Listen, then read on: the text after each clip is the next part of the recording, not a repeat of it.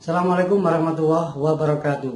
Video kali ini akan berbagi tentang bagaimana Universitas Airlangga untuk masuk peringkat 500 perguruan tinggi terbaik dunia melalui lembaga pemeringkatan QS. Yang beberapa hari yang lalu kita undang Wakil Rektor 4 yang membidangi bidang internasionalisasi, digitalisasi dan informasi, yaitu Dr. Miftahul Surur di Universitas Muhammadiyah Surabaya. Mari kita simak penyajian dari Dr. Miftahul Surur. Sebuah bidang yang menurut saya sangat berat. Jadi kalau hari ini dipikir bahas apa sih itu ya, istilahnya begitu. Ayo kita sama-sama belajar dan berdiskusi. Minimal begini, sekarang UNER itu di Indonesia berada di nomor 4 universitas terbaik di Indonesia.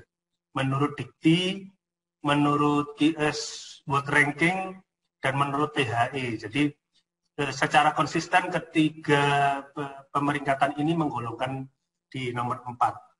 Kalau Bapak Ibu sekalian melihat tata cara dalam perhitungan ranking, maka Anda akan melihat bahwa ada beberapa hal yang kemudian membuat sistem perankingan itu ada angka-angka tertentu yang menggambarkan perankingan universitas. Saya rasa kalau tidak salah ketika 4 tahun yang lalu saya sangat terkejut, waktu itu saya masih di Jepang, melihat peringkat universitas, membayangkan bahwa ada suatu saat institusi Muhammadiyah mampu menyodok di urutan 10 besar. Itu perankingan, walaupun perankingannya bukan perankingan utama, tapi perankingan berdasarkan wibometrik. Saya masih ingat sekali. Oleh karena itu, targetnya ke sana. Dilihat dari apa? Kalau dilihat dari gedung, luas wilayah, kita pasti berlomba-lomba seperti itu akan butuh waktu. Tapi kalau kita ngomong ranking secara nasional, ranking itu bisa kita kejar. Karena perankingan itu nanti ada poin-poin, dan tentunya poin-poin itu sekarang harus dimulai di detail diamati. Saat ini saya sedang diminta oleh Pak Rektor menjabat sebagai Ketua Perankingan UNER.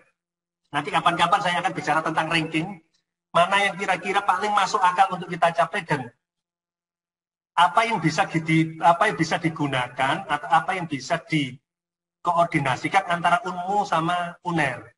Jadi UNER misalkan mempunyai program untuk penaikan perankingan itu dengan sekian langkah. Seharusnya UM Surabaya ini berjalan bersama kami. Ayo tak UM Surabaya, saya kan juga ada di situ, jenengan juga sangat dekat dengan kami di lantai 4 itu nama UM Surabaya. Sangat terima kasih. Jadi Bapak Ibu sekalian,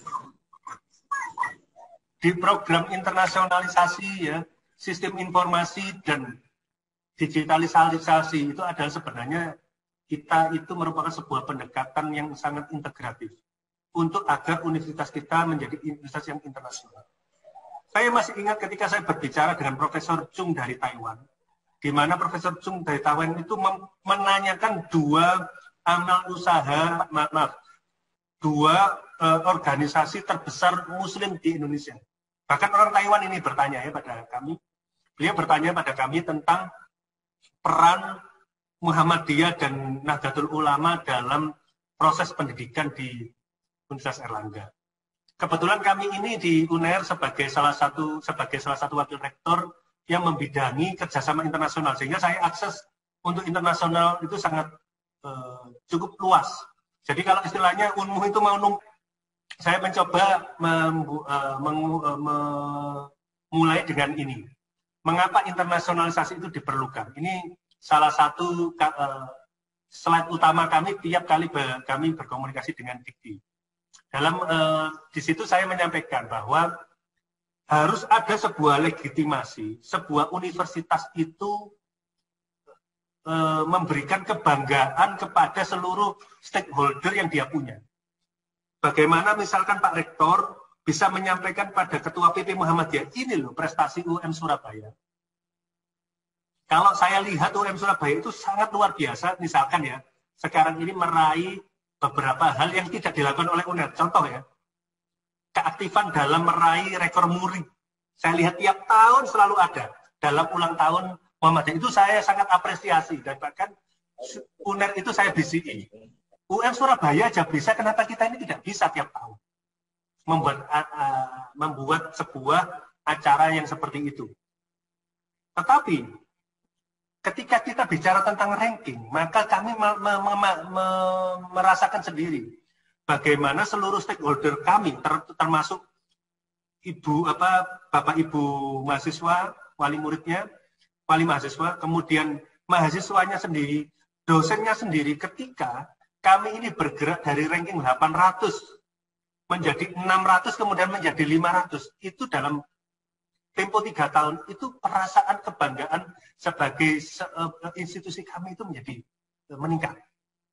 Ini menjadi PR bersama kita, bahwa mungkin kalau tidak kita mengejar QS itu, menurut saya masih menggos-menggos, misalnya begitu. Maka ayo kita cari ranking yang dikeluarkan oleh lembaga dunia. Yang penting secara ranking, dalam satu sisi, misalkan, ayo kita kejar webometriknya, nah. Minimal mengalahkan UM Jogja yang kemarin nomor 1 Muhammadiyah se-Indonesia. Apa yang mana di antara perankingan ini yang bisa membuat kita memasang emblem? UM Surabaya seperti yang saya tampilkan di slide itu, UNER hebat 521 sampai 530. Ini kita buat emblem, tidak harus QS.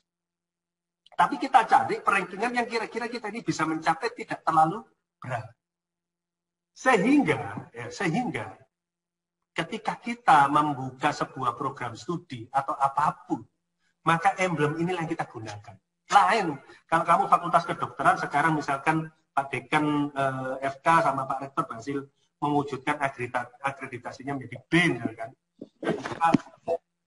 kan daya jualnya jadi beda. Sama ketika secara the whole university ini menjadi sebuah ranking yang cukup baik. Nanti pasti akan snowball. Seperti di UNER akan menjadi snowball. Kenapa? Staf pengajarnya itu otomatis secara kompetensi itu naik. Karena didorong terus. Nah istilahnya itu semworong. Ya. Tapi setelah 3 tahun, kami ini mengalami proyeksi ini kan 3 tahun.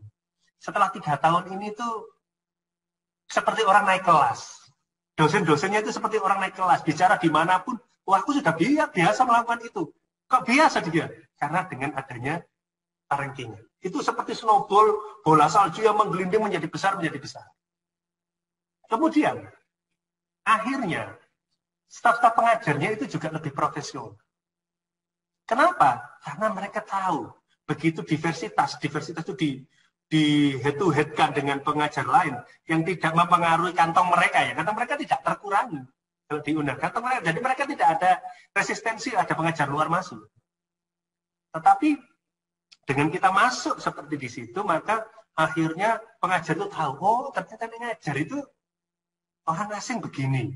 Loh, kita undang orang UGM ngajar itu kok begini ya? Nah oleh karena itu kami ini sedang bercita-cita seperti Universitas Brawijaya yang kemarin kami rapat, bagaimana ini menjadi 3-in-1. Di Brawijaya itu setiap mata kuliah selalu menghadirkan tiga pihak. 1 dosennya, 2 itu peneliti di bidang itu, dan nomor 3 adalah pelaksana industri di bidang itu. Jadi lulusan-lulusan Unibra itu diharapkan mereka menjadi orang yang siap kerja, karena kuliah orang-orang yang kerja. Saya itu sekarang sedang menggagas sendiri di FK UNER agar mungkinkah kita ini mengundang para misalkan direktur rumah sakit yang terkemuka di Jawa Timur misalnya, dalam kuliah-kuliah yang dinamakan kuliah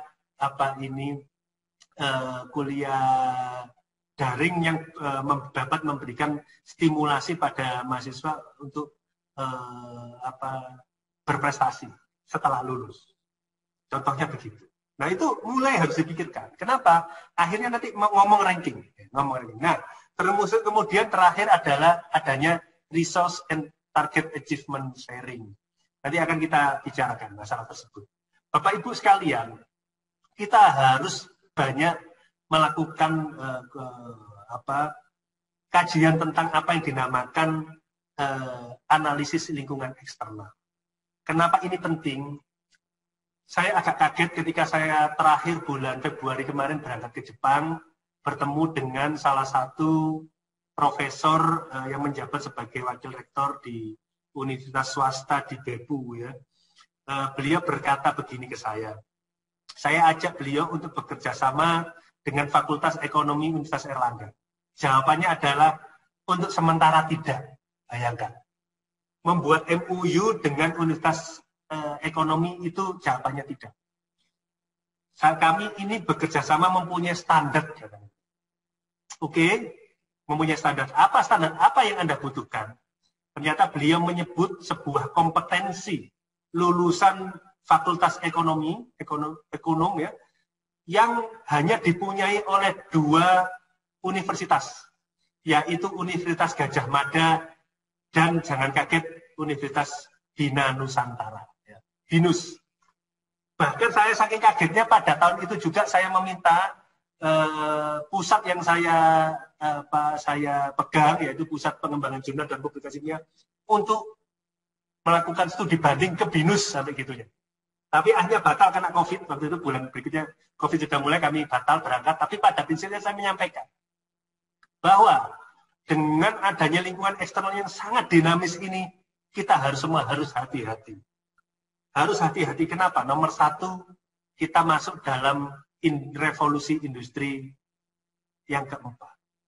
Kalau dulu Anda bicara tentang revolusi industri, itu perubahan tenaga manusia menjadi tenaga mesin, itu tahap titik 2. Sekarang 4, revolusi industri yang keempat itu bicara tentang teknologi informasi. Di mana kenapa? Tanpa batas. Tanpa batas. Dan ternyata kompleksitas yang kita hadapi berkaitan dengan COVID ini membuat proses ini berjalan lebih cepat.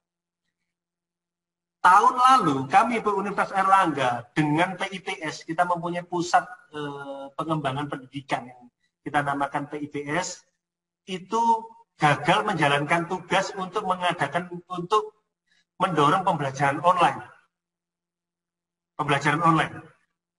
Hanya 10% pembelajaran online yang terjadi, padahal kita untuk rankingan maka dibutuhkan paling tidak 30-40%. Sekarang apa yang terjadi? 90% pembelajaran menjadi online. Sama seperti yang saya sampaikan ketika saya berbicara, diberi kesempatan bersama Pak Rektor kemarin di Universitas Muhammadiyah Lamongan, ya. Berbicara di sana, saya menyampaikan bahwa ketika ada sebuah proses dinamis yang terjadi di sekitar kita, dengan berubahnya kebutuhan stakeholder kita, maka universitas harus siap dengan perubahan. Saya menunjukkan contoh bagaimana ruang guru itu adalah sebuah program pembelajaran online yang sekarang menjadi salah satu pembelajaran online yang masuk dalam 5 besar terbesar se-Asia Pasifik. Bagaimana ruang guru ini menjadi ruang kekuatan yang luar biasa dengan pembelajaran online. Saya mengencourage teman-teman di Lamongan waktu itu, semua orang itu melihat itu sebagai sebuah tantangan atau kesempatan. Ini harus kita lihat sebagai sebuah kesempatan. Maka seharusnya pembelajaran online-nya Muhammadiyah Surabaya mulai sekarang sudah harus dikumpulkan dan dijual oleh universitas seperti yang ruang guru lakukan. Kalau seluruh jaringan Muhammadiyah ini bersatu padu membuat pembelajaran online yang dijual di antara sesama dosen Muhammadiyah, seperti kita menjual supermarket dalam jaringan Muhammadiyah, berapa besar ini kekuatan ekonomi yang bisa kita buat. Di sisi lain, itu bagaikan sitasi pembelajaran, saling melakukan pembelian mata kuliah. Dengan itu, maka dulu kita istilahnya gitu mengejar-ngejar standarisasi pendidikan di Muhammadiyah. Ya sudah dilakukan itu aja sudah. Kita ini secara ekonomi universitas naik, dosen memperoleh beban, sharing ekonomi antar universitas. Dosennya mendapatkan suatu, ternyata kalau Universitas Muhammadiyah Jogja ngajar ini tuh begini ya, dan seterusnya ya tentunya. Nah, tentunya kalau melihat angka ini mungkin COVID ini berjalan sampai tahun depan, akhir tahun depan mungkin ya saya bayangkan. Maka apakah universitas kita ini dapat survive? jika sendirian tidak. Oleh karena itu yang bisa mengikuti langkah dari teman-teman dari Siloam, teman-teman dari mitra, keluarga, dan seterusnya, hanya Muhammadiyah dan Nahdlatul Ulama yang bisa mengiringi, bahkan menyalip mereka untuk menjadi survei baik dalam bentuk universitas maupun dalam bentuk rumah sakit. Bapak Ibu sekalian, mari kita bicara lebih detail. Ini adalah ranking Universitas Airlangga dari masa ke masa, dari mulai 2016 yang saya cerita peringkat 824. Saya mencoba memberikan gambaran ke jenengan tentang apa sih ranking QS World itu ya. Dia adalah sebuah perankingan yang melibatkan top ranking universitas di seluruh dunia. Kami tahun ini 521 sampai 530. Nah, dalam berkaitan dengan tersebut, ternyata ada beberapa yang diukur. Ada beberapa yang diukur. Itu persentase itu menggambarkan yang paling besar, yang dinamakan academic reputation. Academic reputation itu apa maksudnya? Ketika Anda dinilai oleh akademisi lain tentang universitas Anda. Jadi kalau saya mempunyai partner yang ada di Thailand misalkan, kemudian saya ditanya, universitas yang paling terbaik saat ini di Indonesia atau di Asia itu siapa? Maka dia memilih UM Surabaya. Maka dia akan mendapatkan skor penuh di situ. Sehingga bahkan sebuah poin academic reputation yang berbau tentang bahasanya kan reputasi akademik. Jadi itu seolah-olah tentang pendidikan.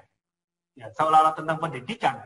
Ternyata yang dihitung itu adalah perhitungan reputasi kita di mata sejawat kita. Oleh karena itu, internasionalisasi kembali lagi menjadi hal yang sangat penting.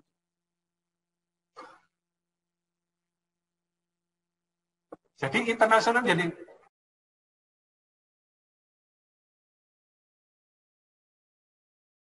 internasionalisasi menjadi sangat penting akhirnya.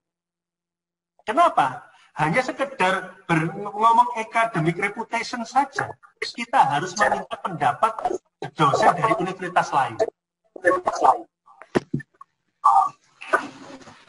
Kemudian, yang kedua, ternyata dalam proses ranking ini kita berbicara juga tentang yang namanya employee reputation. Employee reputation adalah bagaimana lulusan-lulusan dari Universitas Airlangga ini mempunyai reputasi nasional dan global. Apakah UM Surabaya itu mulai peduli tentang misalkan namanya kecepatan waktu tunggu kerja? Itu sudah harus mulai di pikiran kita. Kenapa? Kalau kita sudah tidak memikirkan stakeholder utama kita siapa? Ya mahasiswa. Kalau mahasiswa kita mempunyai waktu tunggu dihitung itu lebih dari 2 bulan misalkan begitu, kita harus mulai peduli. Selain angka namanya 20% itu adalah faculty student ratio.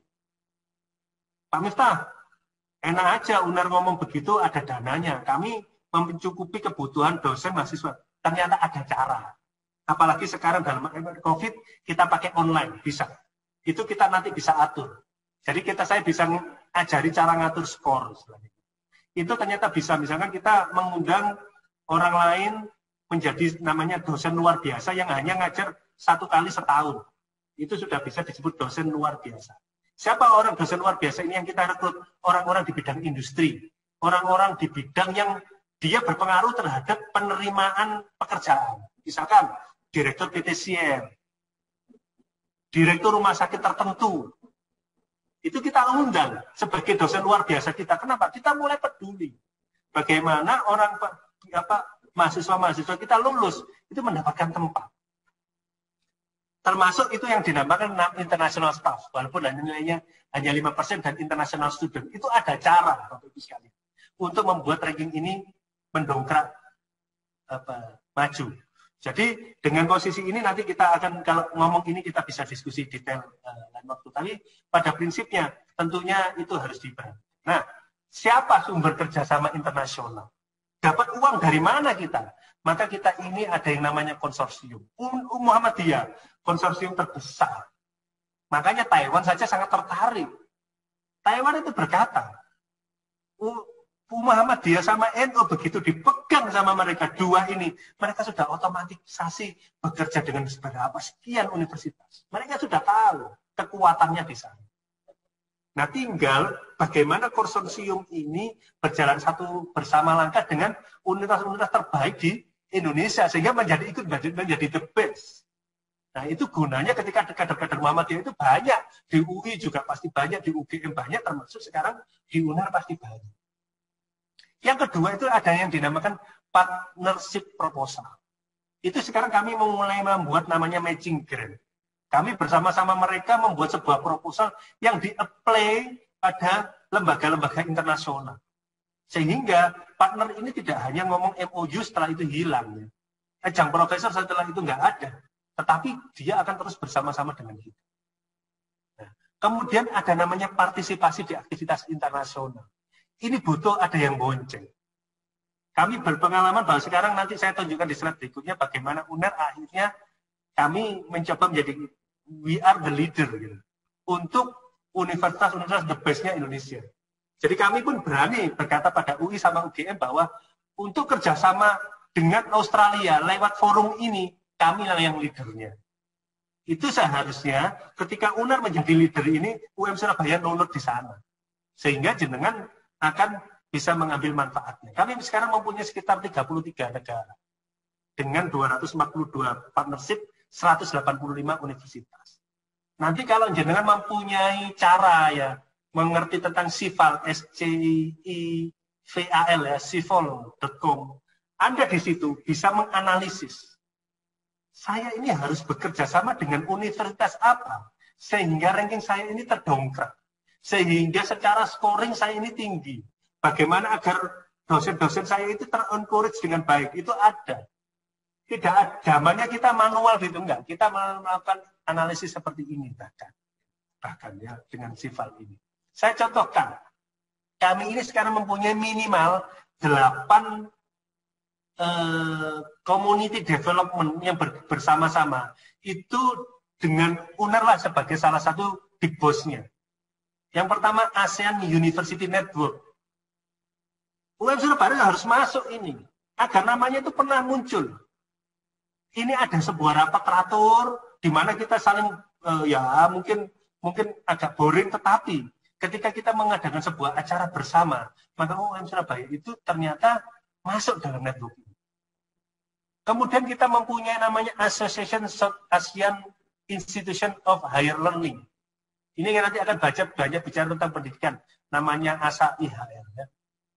Itu juga cukup bagus. Kemudian ada namanya Asia Association University Asia and Pacific. Dan salah satu misalkan yang paling menonjol itu adalah satu Presiden Forum. Itu Presiden Forum Southeast Asian Taiwan University. Dengan ini maka kita akan punya akses dengan seluruh universitas di Taiwan. Seluruhnya dan termasuk di Asia Tenggara dan Asia Selatan. Itu bisa diatur bahwa kapan UM Surabaya nanti menjadi speaker. Misalnya. Speaker pada satu Presiden Forum. Itu kebanggaan tersendiri. Bahwa kita ini pernah berbicara, menunjukkan jati diri kita di Forum Asia Tenggara Asia Pasifik. Ini kita sudah mulai harus memikirkan. Karena saya rasa Universitas Muhammadiyah yang cukup ternama dan sudah stabil seperti UM Surabaya juga pasti akan mulai berpikir yang sama. Nah, dan terakhir mungkin yang saya pernah jenengan sering dengar adalah Erasmus dan EPI-UNED. EPI-UNED ini Eastern Part of Indonesia University Network. Ini adalah seluruh Indonesia Timur bergabung jadi satu. UNER jadi big boss-nya. Nah, kalau ini nanti semua UM Surabaya itu istilah bonceng-bonceng ke sana semuanya. Bersama WEJUK ya, terutama kami WEJUK ini cukup aktif malah. Itu malah yang saya lihat itu banyak universitas swasta non-muslim. Akhirnya bergabung dengan WEJUK misalkan. Itu harus digunakan. Toh nyuwun duga, toh nggak terlalu besar pembiayaan. Sehingga itu bisa kita gunakan sistem-sistem seperti ini. Sehingga ketika kita ngomong student mobility, apalagi dengan online kan kita bisa pakai Zoom atau webinar ya. Kita mengundang orang Thailand bicara, nggak perlu bayar tiket ongkosnya. Itu ada namanya staff mobility, kita ikut workshopnya mereka, pelatihan mereka tanpa kita berangkat ke Belanda misalkan. Ada yang dinamakan international student, studentnya nggak perlu datang ke sini dengan sistem yang sekarang. Ya kan? Ada namanya international staff, mereka ngajar, tapi kita hanya memberikan fasilitas yang minimal. Itu sangat mudah. Kenapa? Karena memang mereka membutuhkan skor ini juga. Dan yang sekarang tentunya sudah biasa adalah joint research publication dan joint academics program. Jadi kalau kita itu sering membuat sebuah conference yang sifatnya internasional dengan biaya yang sangat minimal. Tentunya nanti dari UM Surabaya bisa membonceng kita untuk masalah ini. Ayo aku mau UM Surabaya dengan biaya minimal kita membuat sebuah seminar internasional. Itu sangat mudah sekali. Sehingga UNER sudah mencoba membuat peta. Oh ternyata student kita yang warna merah itu yang paling terbesar. Itu paling senang berangkat ke Malaysia, ya, berangkat ke Thailand, dan juga berangkat ke Taiwan atau Jepang. Itu warna merah kita lihat. Yang paling tinggi itu menjadi primary area. Dan juga sekaligus juga Australia. Kami mulai ancang-ancang bagaimana ini agar student kita ini mau ke Timur Tengah. Turki banyak, kenapa? Turki itu membabi buta juga memberikan beasiswanya. Jangan salah. Nanti kalau jenengan tertarik sama Turki, kita berikan linknya. Nah, di luar dugaan, lumayan ternyata ke Rusia, ke Amerika, ke mana ini, kemudian ke beberapa negara Eropa, itu ternyata lumayan angkanya. Oleh karena itu kita sekarang membuat peta, yang tentunya saya harapkan nanti peta ini menjadi panduan bagi kita. Di sisi lain, orang asing yang datang ke sini kita lihat ya, Pakistan itu luar biasa keinginannya selain Malaysia. Juga kemudian orang China, ternyata juga keinginannya cukup besar. Nah ini peta ini tuh barang berharga. Yang nanti berarti kalau UNER bisa, UM Surabaya bisa juga ya mengundang orang-orang ini untuk datang. Ya. Dan orang-orang yang datang ke kami ya, walaupun yang sebagian besar ini masih Malaysia ya, masih Malaysia, ternyata orang-orang yang ada dari kita lihat dari Thailand itu juga cukup besar.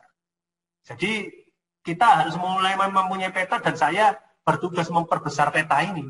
Bagaimana peta ini bisa menjadi lebih bagus. Demikian juga ketika kita mengundang yang namanya inbound staff. Jadi staf dari luar negeri yang bergabung pada kita.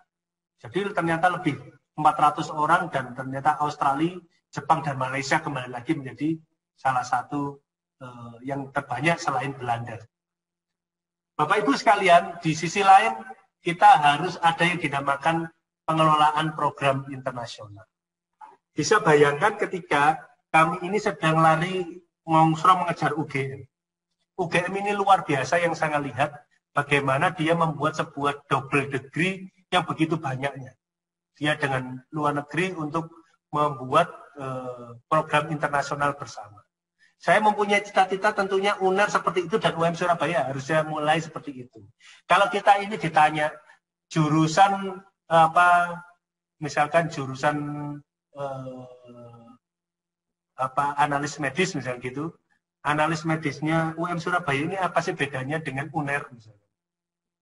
Bagaimana sih agar dia mempunyai nilai value yang berbeda dibanding di universitas sebelah misalkan? Maka ada 3 hal yang memang harus siap. Yang pertama memang ngomong tentang sumber daya manusia.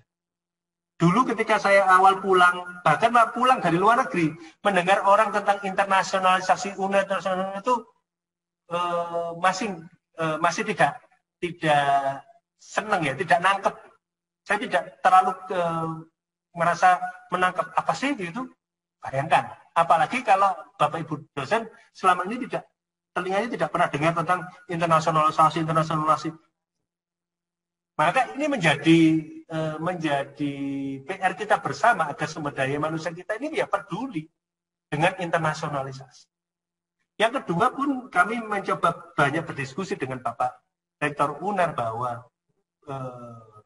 harus ada memang sumber daya keuangan yang memang ditujukan pada internasionalisasi. Walaupun mungkin sekarang bagi UM Surabaya mungkin bukan menjadi bagian yang utama. Dan tentunya yang terakhir adalah peran dari sistem informasi. Bapak Ibu sekalian, saya contohkan pengelolaan program internet berbasis virtual. Kami mengadakan kemarin namanya Community Outreach Program ya. Ini saya kami mengundang lewat Asia Uninet, itu student dan akademi staff dari luar negeri untuk bersama-sama melakukan sebuah pengabdian masyarakat.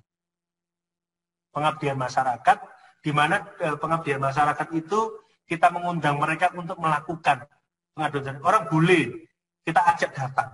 Peminatnya banyak ternyata. Dengan adanya program ini. Jadi saya contoh, dan ini pun dilaksanakan dengan virtual. Kami hanya menyajikan seperti ini, kita membuat sebuah program-program tentang software yang cukup bagus untuk menunjang. Kemudian kita melakukan berbagai program-program yang kita undang mereka untuk datang, dan kita bisa menghitung mereka sebagai yang memberikan sebagai salah satu dosen luar biasa kami. Kemudian bagaimana kami melakukan proses digitalisasi? Kami melakukan pada semuanya. Di pendidikan kami lakukan, kemudian kami juga di pengabdian masyarakat dan juga di penelitian. Jadi kalau dulu kita sekarang memakai sistem manual, maka semuanya harus dilakukan digital. Saya rasa komputer bisnis sudah dilakukan, pengumuman sudah dilakukan, pengelolaan penerimaan juga sudah dilakukan. Tetapi bagaimana dengan pemberkasan? Proses pembayaran. Bagaimana dengan KRS, KS? Oh, sudah semua, alhamdulillah. Tetapi apakah sudah muncul SIM Academy? Apakah sudah ada namanya single sign-on, SSO? Single sign-on itu ibaratnya ini ada banyak pintu di rumah kita, cukup dengan membuka pintu pagar, maka semuanya menjadi terbuka. Tidak perlu sign-in, tidak perlu menghafalkan password pada semua yang kita punya. Bahkan pada penelitian sekarang, proses review, laporan kemajuan penelitian, pelaporan akhir penelitian, pengelolaan skema penelitian, sudah tidak dilakukan secara offline. Dengan sistem seperti itu, walaupun nanti akan tetap ada berkas yang harus dikumpulkan, maka proses digitalisasi di bidang penelitian ini nanti akan bisa kita matchingkan dengan apa yang ada dalam sumber daya. Contohnya gampang begini saja. Pak Ajis dengan gampangnya dengan satu kali atau sekian kali ketik mencari dosen mana yang terbaik dalam melakukan penelitian tanpa meminta bantuan pada koordinator penelitian level universitas. Kenapa? SIM-nya sudah mewadai. Termasuk di sana bagaimana kita mengelola skim-skim penelitian. Oh, ada dosen sudah diberikan dana, ini bulan kesekian, apakah yang bersangkutan sudah memenuhi target dari yang diberikan. Nah, demikian juga pada pengabdian kepada masyarakat. Nah, pengabdian pada masyarakat ini usulan-usulan pengabdian, review, pelaporan kemajuan, pelaporan akhir pengabdian pada masyarakat, dan pengelolaan skema pengabdian, itu pun kita mulai lakukan proses digitalisasi. Sehingga dalam proses digitalisasi tersebut, itu akan membawa kemajuan untuk semuanya, karena terekam dan terkonek akhirnya dengan data.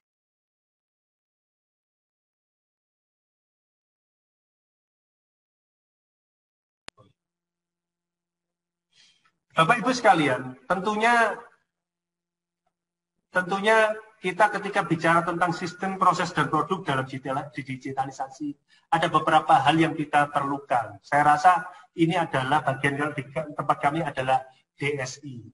Bagaimana seksi ada sebuah perkembangan untuk mengelola integrasi sistem, pengembangan aplikasi. Kami sekarang di UNER sudah mulai membentuk integrasi sistem. Jadi data-data sumber daya manusia itu kami linkkan semuanya dengan sistem informasi, termasuk di mana dosen ini mulai bekerja sama dengan partner siapa saja. Dia dengan satu klik misalkan mengklikkan nama dosen, harapan kami nanti tentunya dia langsung kelihatan semua data informasi tentang beliau dan misalkan kita sudah nggak ngomong lagi kepangkatannya. Kenapa? Karena kepangkatan itu sudah otomatisasi, begitu jenengan ngajar, angka kreditnya itu langsung masuk dalam proses di kepangkatan saudara.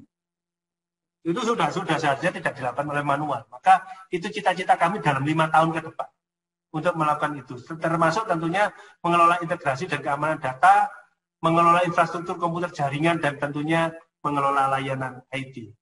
Nah, ini kami sekarang sudah mulai menuju kepada single sign-on, kemudian ada sebuah e-learning yang terintegrasi ya, yang sedang kami lakukan, kemudian ada beberapa hal-hal yang akhirnya akan kita lakukan bersama. Nah, dalam digitalisasi karena kami mencoba untuk mengubah proses bisnis berdasarkan teknologi dengan cara mendigitalkan informasi semua yang tersedia, itu kami mulai masuk dalam sektor kampus. Tapi ini belum maksimal. Kenapa? Butuh waktu. Ternyata butuh waktu, dan yang kedua, kita ternyata membutuhkan perubahan pola pikir dari termasuk seluruh stakeholder yang ada. Tetapi pada prinsipnya usaha itu sudah dilakukan, mulai masuk dalam akademik, mau ngomong penelitian dan maupun penunjang. Problem kembali lagi balik ternyata bukan mahasiswanya, ternyata pada dosen dan para tenaga kependidikan. Bulan ini kami meluncing aplikasi Android dalam handphone untuk mahasiswa, wali murid, dan juga dari dosen. Dengan sistem itu maka kita akan mampu mudah sekali wali mahasiswa misalkan tahu kartu rencana studi mahasiswa. Itu dengan mudahnya akan kita tahu. Jadi misalkan kartu rencana mahasiswanya, anakku ini semester ini mengambil berapa SKS. Hari ini kuliah apa langsung tahu. Kemudian dia sudah bayar SPP apa belum sudah tahu. Dengan sistem seperti itu, harapannya nanti komunikasi kami dengan wali mahasiswa itu semakin mudah. Ternyata nggak besar dananya itu, Pak Rektor. Kalau Pak Rektor ingin mengembangkan, itu dengan mudah bisa dibuat, dan dosen hari ini saya ngajar apa, itu sangat mudah dengan sistem itu. Dan tentunya harapan kami dalam waktu dekat kami bisa mulai single sign-on. Bapak Ibu sekalian, tentunya kami ini mau membuat digitalisasi tanpa otomatisasi, itu percuma. Oleh karena itu, kami membuat sebuah direktorat baru yang bernama Direktorat Sinkronisasi Data, di mana dengan direktorat sebagai sinkronisasi data tersebut, nanti kita akan mampu menganalisis seluruh data yang ada di Universitas Airlangga.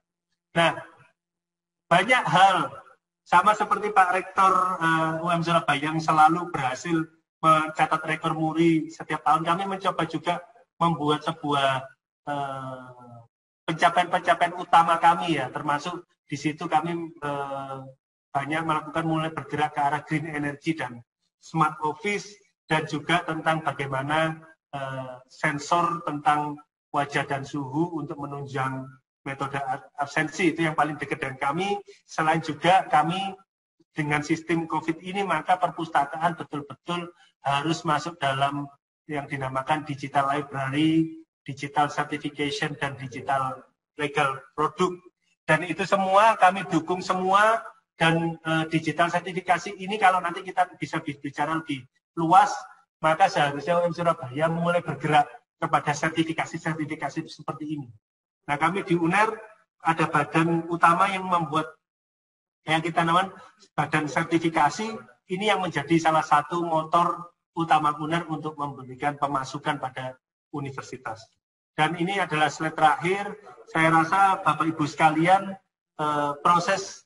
ketika proses internasionalisasi, digitalisasi, dan sistem informasi ini tentunya tidak bisa lepas tanpa kesadaran semua pihak.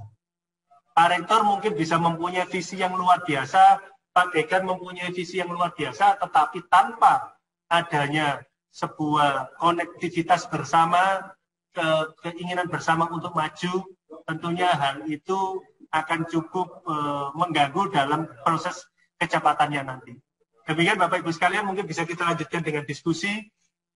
saya minta maaf mungkin masih cukup abstrak, tetapi kami cukup optimis bahwa dalam beberapa tahun ke depan proses internasionalisasi ini akan menjadi lebih baik bagi UNER dengan peningkatan lebih dari 100% jumlah negara universitas, kemudian proses digitalisasi yang berlangsung dengan bagus pada semua sistem, dan yang terakhir akan didukung dengan sistem informasi yang baik. Demikian Bapak Ibu sekalian,